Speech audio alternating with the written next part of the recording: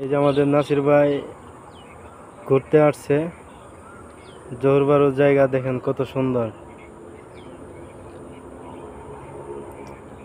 এই যে নাসির ভাই কি ঘুরবে আছেন নাকি? তো জায়গা কিরকম?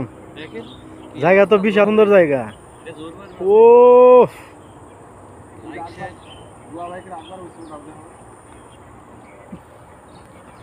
ওই যে ওই পাশে পিছনে আমাদের এক ভাই ওখানে বসে আছে, ওখানে বসে বসে মোবাইল চালাইতেছে।